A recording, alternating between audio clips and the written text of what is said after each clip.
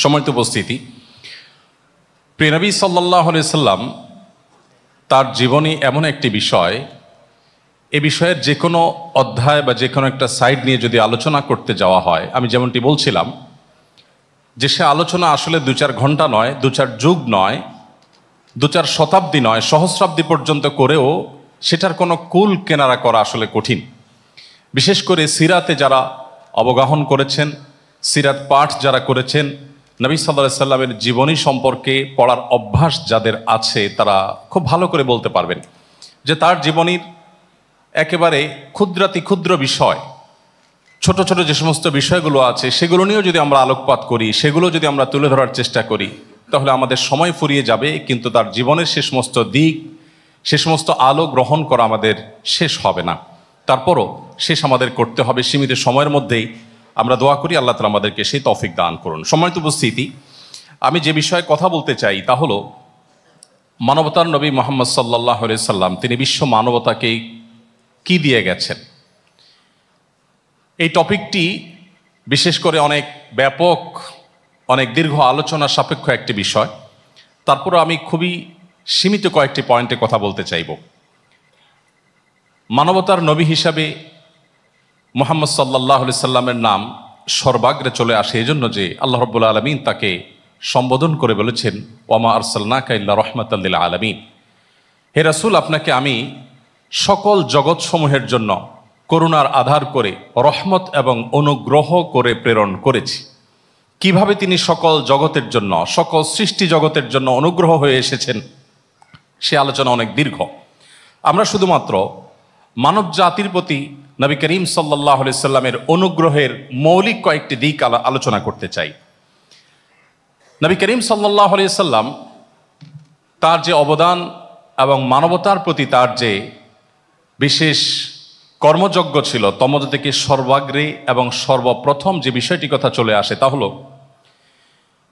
তিনি মানব জাতিকে স্রষ্টার সন্ধান দিয়েছেন, তাওহীদের সন্ধান দিয়েছেন, যার মাধ্যমে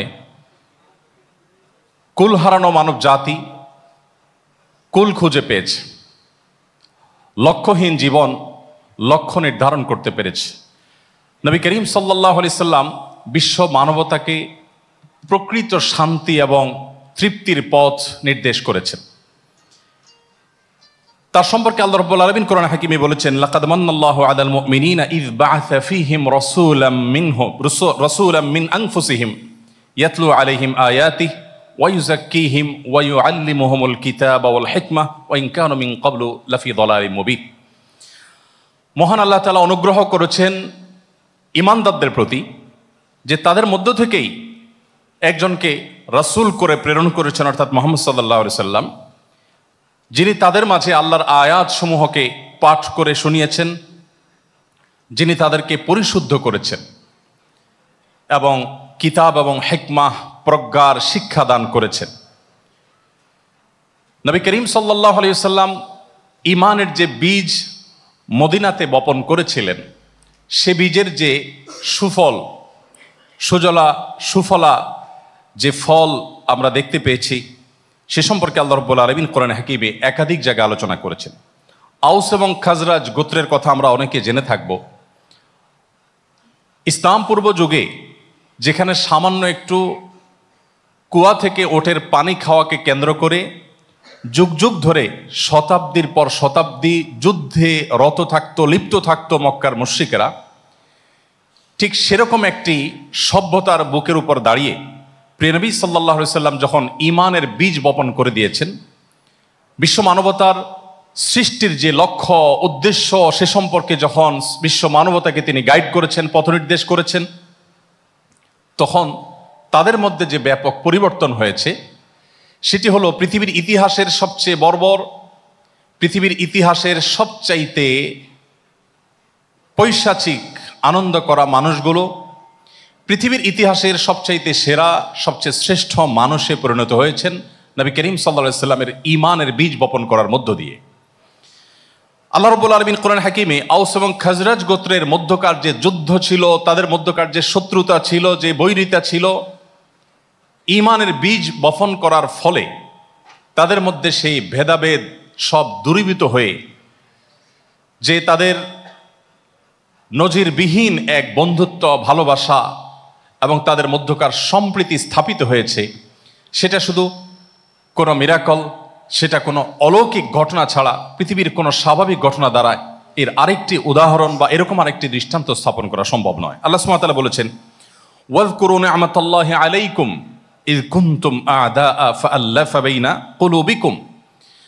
তোমরা সেই সময়ের কথা স্মরণ করো যখন তোমরা পরস্পরের প্রতি শত্রু ভাবাপন্ন ছিলে, তোমাদের মধ্যকার যুদ্ধ বিগ্রহ লেগেছিল যুগ যুগ ধরে, চিরশত্রুর অবস্থানে তোমরা ছিলে। ফাআল্লাফা বাইনা কুলুবিকুম, তোমাদেরকে আল্লাহ রাব্বুল আলামিন তোমাদের মধ্যে অন্তরগুলোকে এক করে দিলেন। তোমরা ঐক্যবদ্ধ হতে পারলে তোমাদের মধ্যকার সম্প্রীতি এবং ভালোবাসার বন্ধনটা সুদৃঢ় হলো। আল্লাহ সুবহানাহু ওয়া তাআলা সেটি করলেন। ফাআসবাহতুম বিনিআমাতিহি ইখওয়ানা, যার ফলশ্রুতিতে তোমরা যুগ যুগ ধরে যে শত্রুর জায়গায় ছিলে সেখান থেকে তোমরা একে অন্যের ভাইয়ে পরিণত হলে। ভ্রাতৃত্বের যে বন্ধন তোমাদের মধ্যে সেটি সৃষ্টি হলো। ওয়াকুনতুম আলা শাফা হুফরাতিম মিনান নার ফাআনকাযাকুম মিনহা, তোমরা জাহান্নামের কিনারায় দাঁড়িয়েছিলে, অবস্থান করছিলে। আল্লাহ রাব্বুল আলামিন সেখান থেকে তোমাদেরকে উদ্ধার করেছেন, রক্ষা করেছেন। সম্মানিত উপস্থিতি, মানবতার নবী মুহাম্মদ সাল্লাল্লাহু আলাইহি সাল্লাম মানুষকে আল্লাহর দিশা, আল্লাহর সন্ধান, সৃষ্টিকে তার শেকড়ের সন্ধান দেওয়ার ফলে মানবতার মধ্যে যে প্রশান্তি এসেছে, মানবতা যে হেদায়েত লাভ করেছে, অনন্ত অসীম কালের যে জগৎ সম্পর্কে তিনি সন্ধান দিয়েছেন, সেখানকার কল্যাণ ও কল্যাণের পথ বাতলে দিয়েছেন, এটি ছিল মহানবী হযরত মুহাম্মদ সাল্লাল্লাহু আলাইহি সাল্লামের মানব জাতির প্রতি যত অবদান রেখেছেন তার মধ্যে সবচেয়ে বড় এবং সবচেয়ে প্রধান অবদান। আজ তার সেই অবদান যদি বিশ্ববাসীর প্রতি না থাকতো, তো সেই মক্কা নগরী থেকে, মদিনা থেকে হাজার হাজার মাইল দূরে থেকে আমরা দ্বীনের দিশা পেতাম না। গোটা বিশ্বের মানুষকে সঠিক পথের পথনির্দেশ করবার জন্য তার সারা জীবনকে তিনি উৎসর্গ করেছেন। জীবনে কখনো উদর পূর্ণ করে একটি বারের জন্য, একটি বেলার জন্য তিনি খাবার গ্রহণ করেননি, কখনো আরামের বিছানা তিনি গ্রহণ করেননি। যখন তার পদতলে একের পর এক সাম্রাজ্য আসছিল, একের পর এক অঞ্চল যখন তার কাছে নত হয়ে আসছিল, তার অধীনে আসছিল, তারপরও তিনি তার সেই স্বাভাবিক জীবন যাপন থেকে এক চুলও নড়লেন না। বিশ্ব মানবতাকে মুক্তির পথ দেখাবার জন্য সারা জীবন তিনি কাজ করেছেন সাল্লাল্লাহু আলাইহি ওয়াসাল্লাম। সম্মানিত উপস্থিতি, তিনি যদি তার এই মিশনকে সাকসেস না করতেন, তিনি যদি তার মিশনকে সফল না করতেন, তো যেমনটি বলছিলাম, আজ পৃথিবীর প্রান্তে প্রান্তরে ইসলামের এই সুশীতল ছায়া এটি প্রবেশ করত না। মানুষ সুখের অভিনয় করত, প্রকৃত সুখ, প্রশান্তি এবং তৃপ্তির ঠিকানা মানুষ খুঁজে পেত না। এটি ছিল মানব জাতির প্রতি তার সবচেয়ে বড় অবদান, যে জীবনের লক্ষ্য মানুষ নির্ধারণ করতে পেরেছে তার মাধ্যমে। সৃষ্টি তার স্রষ্টাকে খুঁজে পেয়েছে, মানুষ তার গন্তব্য নির্ধারণ করতে পেরেছে, মানুষ প্রকৃত সুখ এবং প্রশান্তির ঠিকানা খুঁজে পেয়েছে সাল্লাল্লাহু আলাইহি ওয়াসাল্লাম। মানুষের জীবনের সবচেয়ে গুরুত্বপূর্ণ দুটি চাহিদা থাকে। তার একটি হলো বেঁচে থাকার তার যে অধিকার সেটি, আরেকটি হলো তার সম্পদ আহরণ করবার যে অধিকার সেটি। বিদায় হজের ঐতিহাসিক যে ভাষণ, তার সবচেয়ে গুরুত্বপূর্ণ অংশটি আমাদের অনেকের নিশ্চয় মনে আছে।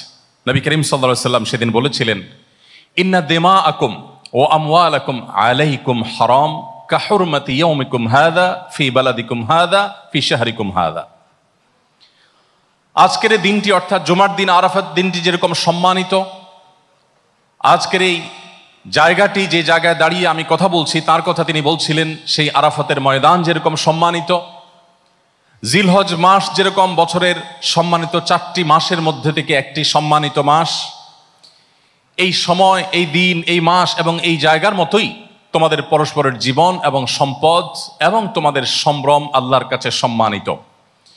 কোনো মানুষের জীবনহানি করা, কোনো মানুষের সম্পদ হানি করা, কারোর সম্ভ্রম এবং সম্মান হানি করা চলবে না। নবী করিম সাল্লাল্লাহু আলাইহি সাল্লাম ঐতিহাসিক এই ঘোষণার মধ্য দিয়ে গোটা পৃথিবীর মানুষের জীবনের নিরাপত্তার দেয়াকে সবচেয়ে গুরুত্বপূর্ণ বিষয় হিসেবে আখ্যায়িত করেছেন। নবী করিম সাল্লাল্লাহু আলাইহি সাল্লাম কিভাবে মানুষের জীবন যাতে কোনোভাবে নষ্ট না হয়, অন্যায়ভাবে কোনো মানুষ যাতে খুনের শিকার না হয়, তার জন্য তার যে আল্লাহর পক্ষ থেকে আনিত শরিয়া ছিল, সে শরিয়াতে ঐতিহাসিক কেসাসের বিধান দেওয়া হয়েছে। আল্লাহ রাব্বুল আলামিন কোরআনে কারিমে কেসাসকে স্পষ্টভাবে ব্যক্ত করেছেন, যেটি আমাদের জন্য হায়াত। কেসাসের মধ্যে আমাদের জন্য জীবন রয়েছে। আল্লাহ রাব্বুল আলামিন বলেছেন সেখানে, আস-সিন্নু বিস-সিন ওয়াল জুরুহা কিসাস। ইসলামী শরিয়াতে, ইসলামের বিচার ব্যবস্থায় মুহাম্মদ সাল্লাল্লাহু আলাইহি সাল্লামের যে জীবন দর্শন, সেখানে কোনো মানুষকে খুন করলে তার শাস্তি স্বরূপ, কিসাস স্বরূপ, ন্যায় বিচার স্বরূপ তাকেও একইভাবে মৃত্যুদণ্ডে দণ্ডিত করতে হবে। কোনো মানুষের যদি অঙ্গহানি করে, কেউ যদি কারো কোনোভাবে ক্ষতবিক্ষত করে, তো যেই অঙ্গ সে হানি করেছে তাকে ঠিক সেই অঙ্গহানি করার মধ্য দিয়ে ইনসাফ এবং ন্যায় বিচার প্রতিষ্ঠা করতে হবে। কিসাসের এই সুমহান বিধান দিয়ে নবী করিম সাল্লাল্লাহু আলাইহি ওয়াসাল্লাম বিশ্ব মানবতার বেঁচে থাকার অধিকারকে নিশ্চিত করবার প্রয়াস চালিয়েছেন। সম্মানিত উপস্থিতি, আজ গোটা পৃথিবীতে মুসলমানদেরকে এমনভাবে উপস্থাপন করা হয় যেন আতঙ্কের অপর নাম মুসলমানরা। অথচ গোটা পৃথিবীর যেদিকে আপনি তাকাবেন, যেখানে নির্যাতন এবং নিষ্পেষণ দেখবেন, সেখানে দেখবেন নির্যাতনের তলে অবস্থান করছে মুসলিমরা। আপনি ভারতের কাশ্মীরে তাকান, আপনি ইরাকের বাগদাদ কিংবা আশপাশের শহরগুলো তাকান, আপনি সিরিয়ার দিকে তাকান, কিংবা আপনি আফগানিস্তান যে দীর্ঘদিন সাফার করেছে সেই দৃশ্যের দিকে তাকান, অথবা আপনি যদি আফ্রিকার নির্যাতিত বিভিন্ন অঞ্চলগুলোর দিকে তাকান, কিংবা আপনি যদি মানবতার সবচেয়ে বড় লজ্জার জায়গা ফিলিস্তিনের মাজলুম মানুষদের প্রতি যে নিষ্পেষণ চলছে সেদিকে তাকান, আপনি দেখতে পাবেন শুধুমাত্র মাজলুমের জায়গায় মুসলমানরা অবস্থান করছে, আর জালিমের জায়গায় সেই মানুষগুলো অবস্থান করছে যারা মুসলমানদেরকে বারবার সন্ত্রাসবাদী হিসেবে আখ্যায়িত করার মিথ্যা প্রচেষ্টা চালায়। মানবতার নবী মুহাম্মদ সাল্লাল্লাহু আলাইহি সাল্লাম মানুষের বেঁচে থাকার অধিকারকে এমনভাবে প্রতিষ্ঠা করে গেছেন, তার সমাজে মুসলিম তো বটে, অন্য ধর্মাবলম্বী কোনো মানুষের উপরে অন্যায়ভাবে যদি কেউ আঘাত করে, কেউ যদি অন্যায়ভাবে অন্য ধর্মাবলম্বী শান্তিপূর্ণভাবে সহাবস্থান যে করছে এরকম কোন মুসলিমের প্রতি অন্যায় আচরণ করে, তার জীবনহানি করে, নবী করিম সাল্লাল্লাহু আলাইহি সাল্লাম তার জান্নাতের গ্রাণ পর্যন্ত পাবে না, সেই ঐতিহাসিক সতর্কবাণী তিনি করেছেন। সম্মানিত ভাইরা, তিনি সেই মানুষ যিনি মদিনায় আসার পর মদিনার ইহুদিদের সাথে ঐতিহাসিক মদিনা সনদ চুক্তি করার মধ্য দিয়ে তাদেরকে শান্তিপূর্ণভাবে মদিনায় বসবাস করার অধিকার নিশ্চিত করেছেন। তিনি সেই মানুষ যিনি মক্কা বিজয়ের পর যে মানুষগুলো সবচেয়ে বেশি গাদ্দারি করেছিল, যে মানুষগুলো তাকে সবচেয়ে বেশি আঘাত করেছিল, যে মানুষগুলো তার অনুসারীদের প্রতি সবচেয়ে বেশি জুলুম করেছিল, নিষ্পেষণ চালিয়েছিল, তাদের মাতৃভূমি থেকে তাদেরকে বের করে দিয়েছিল, মানবতার নবী সেই মানুষগুলোর একজনকেও বলেননি যে আজ তোমরা ইসলামে প্রবেশ করলে নিরাপদ থাকবে। তিনি কাউকে তাদের ধর্ম ত্যাগ করতে বাধ্য করেননি, তাদের প্রত্যেককে তার ধর্মীয় স্বাধীনতা পরিপূর্ণভাবে দিয়ে তাদের বেঁচে থাকার অধিকারকে নিশ্চিত করে বলেছিলেন, ইযহাবু ফাআনতুমুত তুলাকা, যাও, আজ তোমাদের সবাইকে মুক্ত ঘোষণা করা হলো, তোমাদের সমস্ত অন্যায় মাফ করা হলো এবং তোমরা সবাই স্বাধীনভাবে মুক্তভাবে নিরাপদে মক্কার অলিতে গলিতে, রাস্তাঘাটে, বাজারে, বন্দরে এবং মক্কার হারাম শরীফে তোমরা বিচরণ করতে পারবে। কোনো মানুষ নবী করিম সাল্লাল্লাহু আলাইহি সাল্লামের কোন সাহাবী নবী সাল্লাল্লাহু আলাইহি সাল্লামের এই ঐতিহাসিক ঘোষণার পর মক্কার কোন মুশরিকের প্রতি অন্যায়ভাবে তার দিকে চোখ তুলে তাকিয়েছে বা তাকে আঘাত করেছে বা তাকে জবরদস্তি করেছে ইসলামে প্রবেশ করবার জন্য, এরকম কোন দৃষ্টান্ত মুসলিম ঐতিহাসিকগণ তো বটেই, অমুসলিম কোন ঐতিহাসিকও তাদের কোন বই পুস্তকে বিন্দুমাত্র উল্লেখ করার সুযোগ পায়নি। সম্মানিত উপস্থিতি, আমরা সেই নবীর উম্মত যিনি আমাদেরকে সে আদর্শ শিক্ষা দিয়ে গেছেন, যে আদর্শ মানুষের বেঁচে থাকার অধিকারকে নিশ্চিত করবার জন্য সম্ভাব্য সকল উপায়, সকল পন্থা অবলম্বন করতে বলেছে। আপনারা জানেন, এই ভারতবর্ষ দীর্ঘ সময় ধরে মুসলিম শাসকরা শাসন করেছেন। তাদের শাসনের কেন্দ্রবিন্দু যে দিল্লি ছিল, অবাক করা বিষয় হলো তাদের মধ্যে বহু ভুল ত্রুটি নিশ্চয়ই ছিল, তাদের নিশ্চয়ই অনেক সমালোচনার জায়গা ছিল, সেগুলো আপন জায়গায় মেনেও আমরা একটি বাস্তবতাকে অস্বীকার করতে পারবো না যে ভারতবর্ষের সবচেয়ে বেশি, বিশেষ করে আমাদের এই অঞ্চলে সবচেয়ে বেশি সংখ্যক মানুষ ইসলাম গ্রহণ করেছে আমাদের এই বাংলাদেশের এই অঞ্চলটাতে। অথচ তখনকার মুসলিম শাসকরা যদি জবরদস্তি মানুষকে ইসলামে দাখিল করার চেষ্টা করতেন, তাহলে দিল্লিতে সবচেয়ে বেশি মুসলমান হওয়ার কথা ছিল। কিন্তু দিল্লির মানুষরা বেশি ইসলাম গ্রহণ করেনি যতটা এই অঞ্চলে মানুষরা ইসলাম গ্রহণ করেছে। অথচ এই অঞ্চল মোগল সম্রাটদের সাম্রাজ্যের কেন্দ্রবিন্দু বা রাজধানী ছিল না। যে জায়গাটা তাদের সাম্রাজ্যের কেন্দ্রবিন্দু ছিল, তাদের রাজধানী ছিল, যেখান থেকে তারা শাসন কার্য পরিচালনা করতেন, সেখানকার মানুষদের ধর্মীয় স্বাধীনতা এতটাই দেওয়া হয়েছে যে সেখানকার মানুষ যার যার ধর্ম তিনি পালন করতে পেরেছেন। আমরা সেই নবীর অনুসারী, আমরা সেই নবীর উম্মত যে নবী মানুষের বেঁচে থাকার অধিকার, তার ধর্ম গ্রহণ করবার অধিকারে কাউকে হস্তক্ষেপ করবার কোনো সুযোগ, কোনো অধিকার দেননি। সময়ত উপস্থিতি, আজ পৃথিবীতে যারা আমাদেরকে সন্ত্রাসবাদী হিসাবে আখ্যায়িত করে, যারা ইসলামকে, শরিয়াকে, মুহাম্মদ সাল্লাল্লাহু আলাইহি সাল্লামকে, তার জীবন দর্শনকে আতঙ্কের অপর নাম হিসাবে চিত্রায়িত করার অপচেষ্টায় লিপ্ত, তাদের আমলনামা আমার চাইতে বোধ করি আপনারা অনেক ভালো জানেন। শুধু প্রথম এবং দ্বিতীয় বিশ্বযুদ্ধে 100 মিলিয়নের মতো মানুষ তারা হত্যা করেছে। তাদের সে টার্গেট পূরণ করবার জন্য 100 মিলিয়নের মতো মানুষ শুধু প্রথম এবং দ্বিতীয় বিশ্বযুদ্ধে তারা হত্যা করেছে, মানুষের জীবন দিতে হয়েছে। ফরাসি বিপ্লবে এরকম হাজার হাজার অগণিত মানুষকে জীবন দিতে হয়েছে। এভাবে এক একটি যুদ্ধ, আপনি বর্তমান যে সমস্ত যুদ্ধগুলো চলছে, আপনি আফগান যুদ্ধের কথা বলেন, ইরাক যুদ্ধের কথা বলেন, সিরিয়া যুদ্ধের কথা বলেন, এক একটা যুদ্ধে, ফিলিস্তিন যুদ্ধের কথা যদি আপনি বলেন, এই যুদ্ধ শুরু থেকে আজ পর্যন্ত হাজার হাজার লাখো লাখো বনি আদমকে তারা হত্যা করেছে। আর এর বিপরীতে মুহাম্মদ সাল্লাল্লাহু আলাইহি সাল্লাম তার জীবন দর্শনকে, তার আদর্শকে, ইসলামকে পৃথিবীতে সমুন্নত করবার জন্য, প্রতিষ্ঠিত করবার জন্য, ইসলামকে বিজয়ী করবার জন্য, ইসলামকে ঘরে ঘরে পৌঁছে দেওয়ার জন্য, মানবতাকে মুক্তির পথ দেখাবার জন্য তার যে সংগ্রাম ছিল, সেই সংগ্রামী জীবনে, তার সামগ্রিক জীবনে সর্বসাকুল্যে তিনি সশরীরে অংশগ্রহণ করেছেন মাত্র 27টি যুদ্ধে। এবং সেই 27টি যুদ্ধে যত মানুষ মারা গেছেন, মুসলিমদের, এমনকি মুসলিমদের যারা শত্রুপক্ষ ছিল তাদের উভয়ের মধ্যে সর্বসাকুল্যে নিহত মানুষের সংখ্যা ছিল 27টি যুদ্ধে, তার দীর্ঘ 63 বছরের জীবনে সব মিলিয়ে ছিল মাত্র 1018 জন মানুষ। আপনি চিন্তা করুন, আজকাল একটা ইউনিয়ন দখল করতে গিয়ে, একটা দেশ দখল করতে গিয়ে বা একটা অঞ্চল দখল করতে গিয়ে হাজার হাজার মানুষকে জীবন দিতে হয়।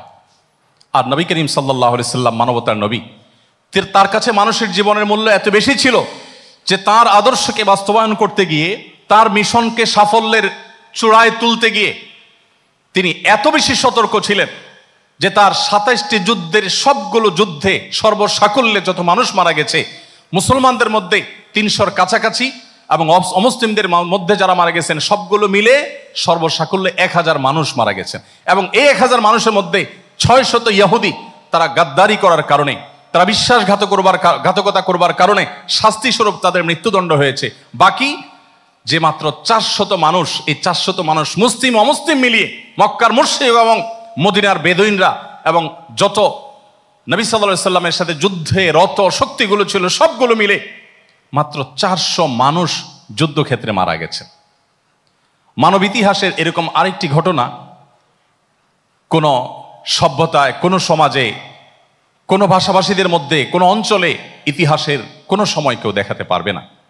সময়ত উপস্থিতি, মানবতার নবী মুহাম্মদ সাল্লাল্লাহু আলাইহি সাল্লাম যে যুদ্ধগুলো পরিচালনা করেছিলেন, সেই যুদ্ধগুলোতে কতজন নারী মারা গেছেন আপনাদের ধারণা আছে? কতজন নারী মারা গেছেন? ঐতিহাসিকগণের গবেষণা মতে নবী করিম সাল্লাল্লাহু আলাইহি সাল্লামের যতগুলো যুদ্ধ হয়েছে, সমস্ত যুদ্ধ মিলে সর্বসাকুল্যে একজন নারী মাত্র মারা গিয়েছিলেন। মানবাধিকারের সবক যারা আজ আমাদেরকে সকাল বিকাল দেয়, শুধু ফিলিস্তিনের গাজায় তারা কত নারীকে প্রতিদিন হত্যা করে।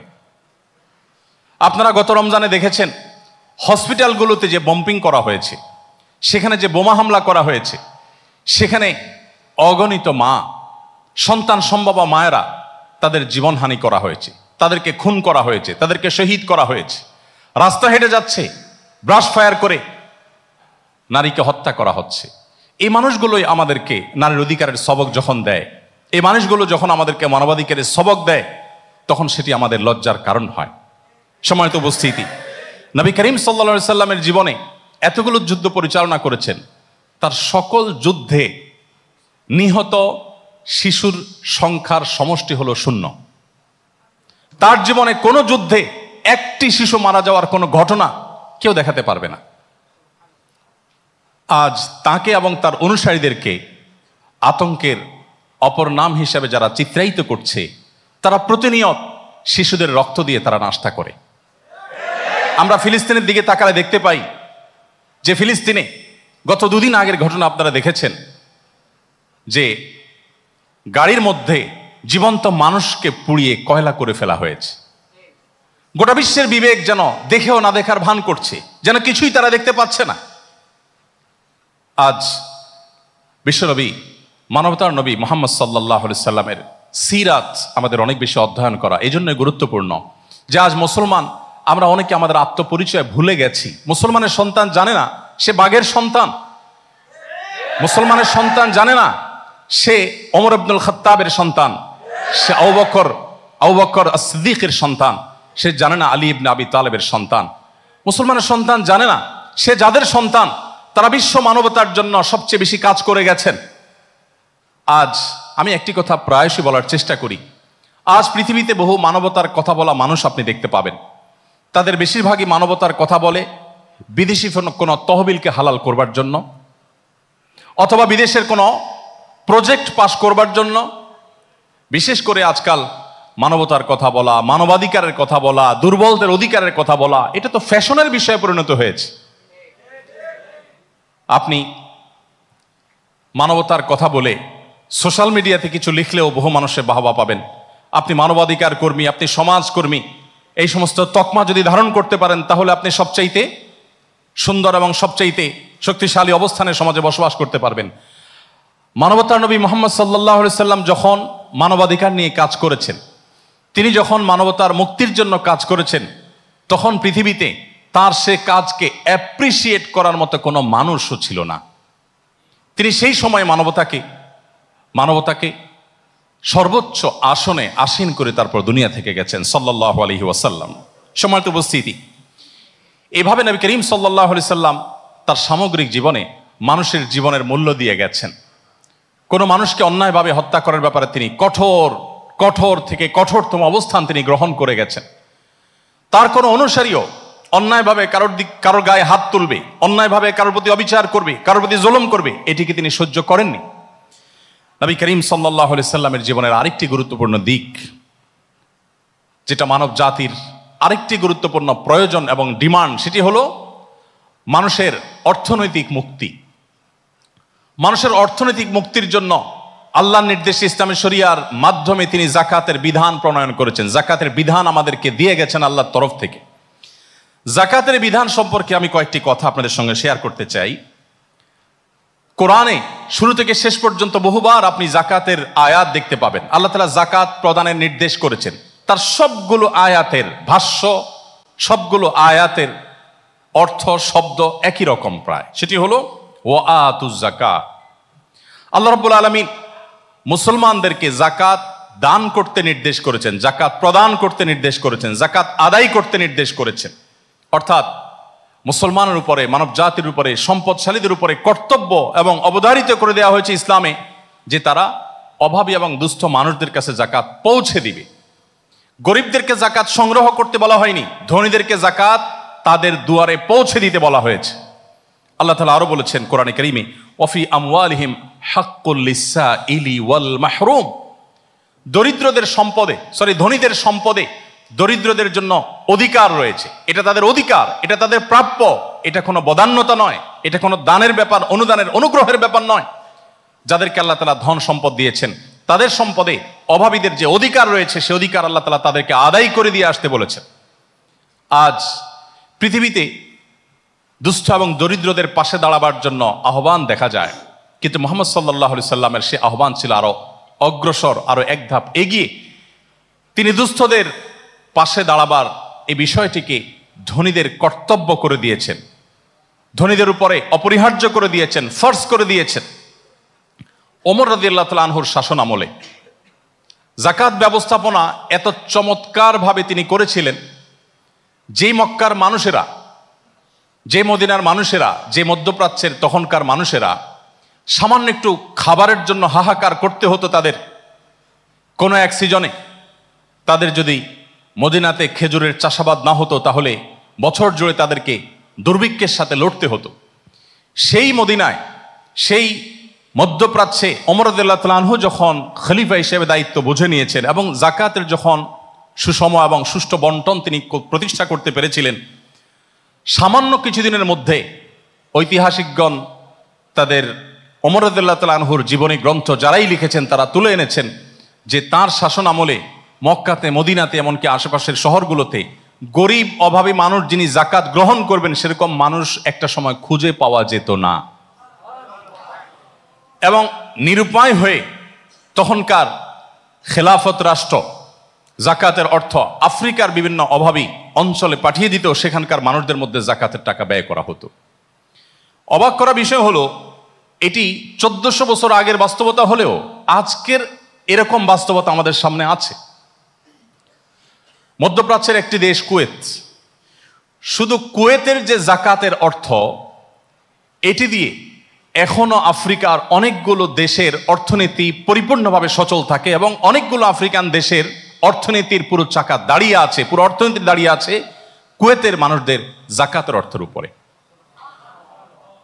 মহানবী হযরত মুহাম্মদ সাল্লাল্লাহু আলাইহি সাল্লাম, মানবতার নবী মুহাম্মদ সাল্লাল্লাহু আলাইহি সাল্লাম, তিনি যে যাকাত ব্যবস্থাপনা আল্লাহর নির্দেশে পৃথিবীতে চালু করে গেছেন, শুধু এই ব্যবস্থাপনার মাধ্যমে আজ এই প্রায় 1450 বছর ধরে পৃথিবীতে কত বিলিয়ন মানুষের অভাব দূর করতে ভূমিকা পালন করেছে, পৃথিবীতে তার কি কি প্রভাব পড়েছে, কত পরিমাণ অর্থ দুস্থরা পেয়েছেন শুধুমাত্র যাকাত ব্যবস্থাপনার মাধ্যমে, তার সবটুকুন অবদান মানবতার নবী মুহাম্মদ সাল্লাল্লাহু আলাইহি সাল্লামের। সম্মানিত উপস্থিতি, নবী করিম সাল্লাল্লাহু আলাইহি সাল্লামের যে যাকাতের নির্দেশ, এটি আমাদের এই প্রিয় মাতৃভূমি বাংলাদেশে যদি যথাযথভাবে প্রাতিষ্ঠানিকভাবে বাস্তবায়ন করার উদ্যোগ নেওয়া হয় তাহলে কি হতে পারে, এই সম্পর্কে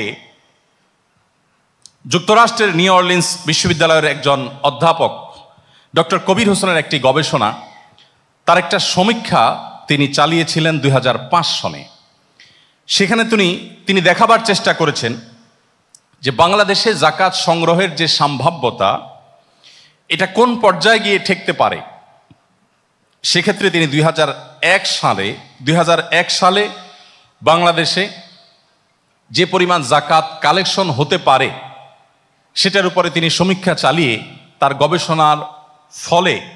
তার গবেষণার ফলাফল স্বরূপ তিনি উল্লেখ করেছিলেন যে 2001 সালে শুধুমাত্র বাংলাদেশে 30,000 কোটি টাকা যাকাত সংগ্রহ করা যেত। এবং একই গবেষণা, একই সমীক্ষা তিনি চালিয়েছিলেন 2022 সনে আবার।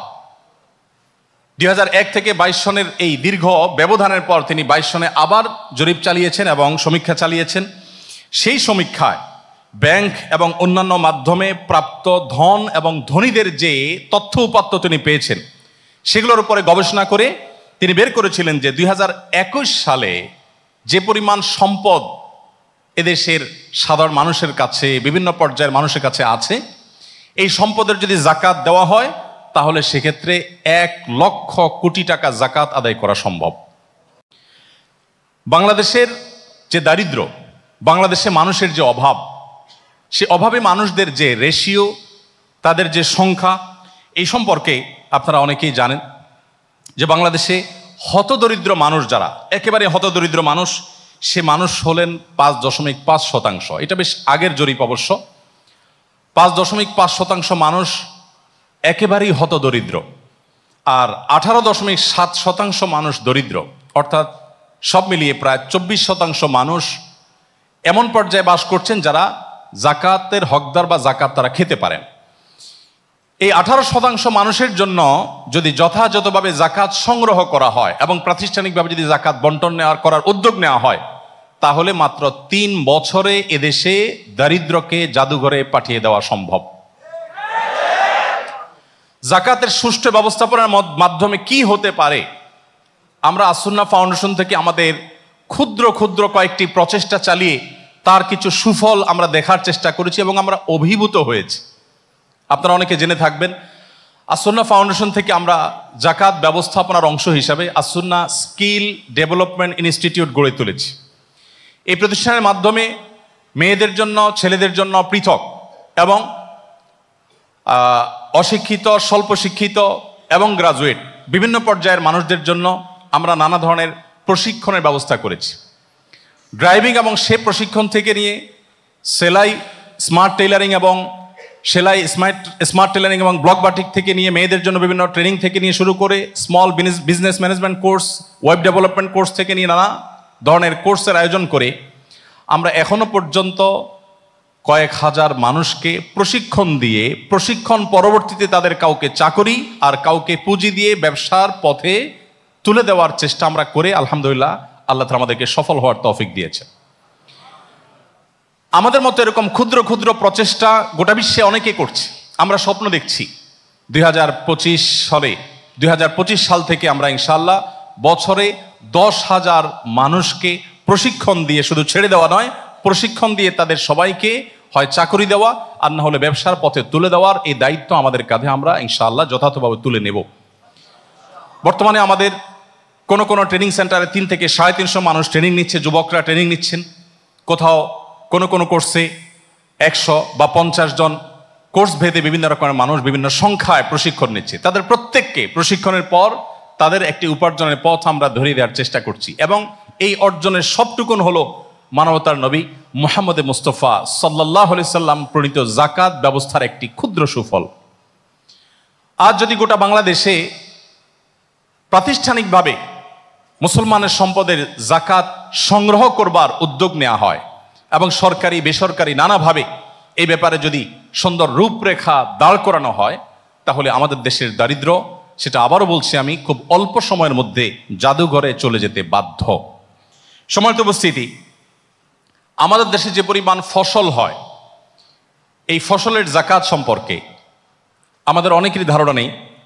মুহাম্মদ সাল্লাল্লাহু আলাইহি সাল্লাম আমাদেরকে একটি সমাজের যতগুলো অর্থনৈতিক নিড আছে তার প্রত্যেকটিকে পূরণ করার ব্যবস্থা তিনি সেই 1450 বছর আগে রেখে গেছেন। তার যে জীবন দর্শন, সেখানে জাকাত যেরকম রয়েছে সম্পদের, একইভাবে রয়েছে খাদ্যের অভাব এবং গরিবদের খাদ্যের ঘাটতি পূরণ করবার জন্য ফসলের জাকাত বা ওসরের ব্যবস্থাপনা। এই ফসলের জাকাত সম্পর্কে বাংলাদেশের একজন সাবেক সচিব জনাব AZM শামসুল আলম সাহেব রহিমাহুল্লাহ তাআলা একজন গবেষক ছিলেন, একসময় ইসলামী ফাউন্ডেশনের মহাপরিচালক ছিলেন। তার একটা আর্টিকেল দৈনিক নয়াদিগন্তে বেশ অনেক আগে প্রকাশিত হয়েছিল। বাংলাদেশে যে সমস্ত ফসল উৎপাদন হয়, এখান থেকে যদি ওসর সংগ্রহের উদ্যোগ নেওয়া হয় এবং সেটাকে যদি বন্টন করার প্রাতিষ্ঠানিক যথাযথ উদ্যোগ গ্রহণ করা হয়, কি হতে পারে তার ফলাফল, তিনি সেটা দেখাবার চেষ্টা করেছেন। তিনি লিখেছেন তখনকার কথা যে স্বাভাবিকভাবে আমাদের দেশে যদি চাষাবাদ হয়, স্বাভাবিকভাবে যদি ফসল উৎপাদন হয়, তাহলে 4 কোটি মেট্রিক টন ফসল আমাদের দেশে উৎপাদন হয়। এই 4 কোটি মেট্রিক টন ফসলের বেশিরভাগ ফসলই উৎপাদন হয় ধনীদের, অর্থাৎ যাদের অনেক বেশি জমিন আছে, এগুলো তাদেরই ফসল। সেক্ষেত্রে আমরা যদি 50% ধরি তার বক্তব্য মতে, অর্থাৎ অর্ধেক ফসল হলো ধনীদের, যাদের উপরে জাকাত অ্যাপ্লিকেবল, যাদের উপরে জাকাত প্রয়োগ হবে, যাদের সম্পদে, যাদের ফসলে জাকাত হবে। কারণ সবার উপরে জাকাত আসে না, মিনিমাম একটা পরিমাণ থাকতে হয়। অনেক ইমামগণ 25 মণ বলেছেন, কেউ 16 মণ, কেউ 18 মণ বলেছেন। যাই হোক, তো সেটা যদি প্রয়োগ করা হয়, তার গবেষণা মতে তাতে 2 লক্ষ মেট্রিক টন খাবারের জাকাত, ফসলের জাকাত আমাদের সমাজে আসে। 2 লক্ষ মেট্রিক টনের জাকাত যদি 20 ভাগের 1 ভাগও আসে, অর্থাৎ জাকাতের সর্বনিম্ন যেটা, সেটাও যদি ধার্য করা হয়, তাহলে সেক্ষেত্রে আমাদের জাকাত ওসর অর্থাৎ ফসলের জাকাত হিসাবে 10 লক্ষ মেট্রিক টন খাবার শুধু গরিব এবং দুস্থদেরকে দেওয়া যায়, যার মধ্য দিয়ে গরিব এবং অভাবীদের খাদ্যের যে অভাব আছে এটা পরিপূর্ণভাবে পূরণ করা সম্ভব। সময়ত ভাইরা, আল্লাহ নবী মুহাম্মদ সাল্লাল্লাহু আলাইহি ওয়াসাল্লাম সাধারণত তাকে নিয়ে আলোচনা করলে আমরা সাধারণত তাকে একজন ধর্ম প্রবর্তক, আমরা তাকে একজন ধার্মিক মানুষের একেবারে চূড়ান্ত রূপ হিসাবে তাকে আমরা দেখি। সন্দেহ নাই সেই রূপ তার ছিল, কিন্তু এর বাইরেও তিনি যে সমাজের প্রতিটি জটিল থেকে জটিলতর সমস্যার সবচেয়ে সহজতর সমাধান এবং সবচেয়ে বাস্তবমুখী সমাধান দিয়ে গেছেন, এবং শুধুমাত্র কোনো তত্ত্ব দিয়ে তিনি ক্ষান্ত হননি, তার প্রতিটি তত্ত্বের বাস্তবায়ন তিনি নিজে করে দেখিয়ে গেছেন। এর উজ্জ্বল উদাহরণ তিনি একমাত্র, নিজের উদাহরণ নিজেই, তার উদাহরণ পৃথিবীতে আর কোনো মানুষকে আপনি দেখাতে পারবেন না। সম্মানিত উপস্থিতি, আমরা সেই নবী মুহাম্মদ সাল্লাল্লাহু আলাইহি সাল্লামের অনুসারী হিসেবে আমাদের উচিত আজ তাকে বারবার পাঠ করা, পুনর্পাঠ করা। আমি একটি কথা বারবার বলার চেষ্টা করি সিরাতের আয়োজনগুলোতে, যে নবীর সমগ্র জীবন ছিল দুঃখ এবং দুর্দশায় ভরা, যিনি পৃথিবীর আলো দেখবার আগেই তার বাবাকে হারিয়েছেন, মাতৃগর্ভে থাকা অবস্থায় তার বাবা দুনিয়া থেকে চলে গেছেন, দুনিয়ার আলো দেখতে না দেখতেই নিজের মমতাময়ী মাকে হারিয়েছেন, মায়ের বুকের দুধটুকু পান করবার ফুরসত সুযোগটি যিনি পান নাই, শৈশবে তার যখন একমাত্র আশ্রয়দাতা, একমাত্র অভিভাবক যখন দাদা আব্দুল মোত্তালেব, শৈশব পার হওয়ার আগেই সেই দাদার ছায়াকেও তিনি হারিয়েছেন। তার জীবনের সবচেয়ে কঠিনতম সময়ে যখন তার বাহিরের সম্বল ছিলেন চাচা আবু তালেব, আর ঘরের ভেতরের তার সবচেয়ে বড় সান্ত্বনা ছিলেন স্ত্রী খাদিজা রাদিয়াল্লাহু তাআলা আনহা, একই সময় আল্লাহ তাআলা তাদের উভয়ের ছায়াকে তার উপর থেকে তুলে নিয়ে গেলেন। একের পর এক পায়ের নিচ থেকে মাটি সরে যেতে লাগলো। এরপর শুরু হলো নির্যাতন এবং জুলুমের স্টিম রোলার। মক্কার মানুষদের সেই নিষ্পেষণ, সেই নির্যাতন এমন পর্যায়ে পৌঁছেছে যে নিজের মাতৃভূমি ছেড়ে তাকে চলে যেতে হয়েছে। মদিনায় গিয়ে একটু শান্তিতে বসবাস করবেন, একটু নিশ্চিন্তে ঘুমোবেন, সেই সুযোগ তাকে দেওয়া হয়নি। তার উপরে আরোপ করে দেওয়া হয়েছিল, চাপিয়ে দেওয়া হয়েছিল একের পর এক বদর, উহুদ, খন্দক, তাবুক, একের পর এক যুদ্ধ, একের পর এক আগ্রাসন, একের পর এক জুলুম এবং নিষ্পেষণ। আবার অপর দিক থেকে লেলিয়ে দেওয়া হয়েছিল ভেতরের শত্রু ইহুদিদেরকে, মুনাফিকদেরকে, বেদুইনদেরকে। তার জীবনে সম্ভবত একটি রাতও এমন কাটেনি যে নিশ্চিন্তে তিনি ঘুমোতে পেরেছেন। একজন মানুষের জীবনে যখন এত বাধা, এত বিপত্তি, এত বাধার পাহাড় চতুর্দিকে, হাজারো বাধার পাহাড়, হাজারো বাধার প্রাচীর, এটাকে ডিঙ্গিয়ে মদিনায় মাত্র 10 বছরের সময়, যেখানে প্রতিটা মুহূর্ত তাকে যুদ্ধ এবং সংগ্রাম এর মোকাবেলা করে টিকে থাকতে হয়েছে, এর মাধ্যমেও তিনি তার মিশনকে, ইসলামকে অর্ধ পৃথিবীতে প্রতিষ্ঠা করার সূচনা করে, তার মিশনকে সবচেয়ে সফল করে, সবচেয়ে সাকসেস করে এবং সাফল্যের সর্বোচ্চ চূড়ায় রেখে তারপর তিনি দুনিয়া থেকে গেছেন। এমন একজন সফল মানুষ, তার জীবনী মুসলিম তো বটেই, সত্যানুসন্ধানে যে কোনো অমুসলিম যুবক বা যে কোনো বয়সের মানুষের জীবনে একবার হলেও পাঠ করা উচিত বলে আমি মনে করি। সম্মানিত উপস্থিতি, সেজন্য আজকের আয়োজনে আমি আপনাদেরকে বিনীতভাবে আহ্বান করতে চাই, আমরা এখানে যারা আছি সবাই মুসলমানের সন্তান। আমাদের এই নবীর জীবন, যার পুরো জীবনটাই মিরাকলে ভরা, কিভাবে সম্ভব? এত সংগ্রামের মধ্যে টিকে থাকা, বেঁচে থাকাই যেখানে দায়, সেখানে তার মিশনকে তিনি সবচেয়ে স্বল্পতম সময়ে সবচেয়ে কঠিনভাবে সাকসেস করে রেখে গেছেন। আজও পৃথিবীতে তার মতো এরকম জনপ্রিয় আরেকজন মানুষ আমরা দেখাতে পারবো না।